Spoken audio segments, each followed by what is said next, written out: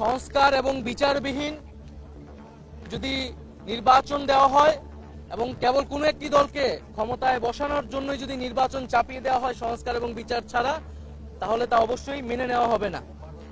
এবং আমরা দেখতে পাচ্ছি যে পুরনো সংবিধান এবং পুরনো বন্দোবস্ত এবং ব্যবস্থাকে আঁকড়ে ধরে রাখার চেষ্টা করা হচ্ছে। এবং আমরা মনে করি যে 24-এর গণ অভ্যুত্থান এবং আমাদের যে 71-এর সংগ্রাম, আমাদের 47-এর আজাদির লড়াই, এই সব কিছুর ভিতর দিয়ে আমরা যে স্বাধীন, সার্বভৌম, মানবিক মর্যাদা সম্পন্ন রাষ্ট্র পেতে দিয়েছিলাম, তার একটি সুযোগ এবং সম্ভাবনা আমাদের গণ অভ্যুত্থানের পরে তৈরি হয়েছে। আমরা কেবল ক্ষমতার লোভে ক্ষমতায় যাওয়ার জন্যই যাতে সেই সকল সম্ভাবনাকে নষ্ট করে না দেই।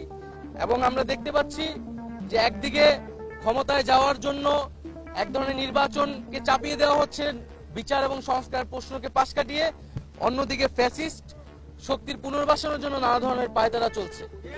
আমরা মনে করি এই সব কিছুকেই প্রতিহত করবে জাতীয় নাগরিক পার্টি এবং 24-এর গণ অভ্যুত্থানের আকাঙ্ক্ষা নিয়েই আমরা এগিয়ে যেতে চাই।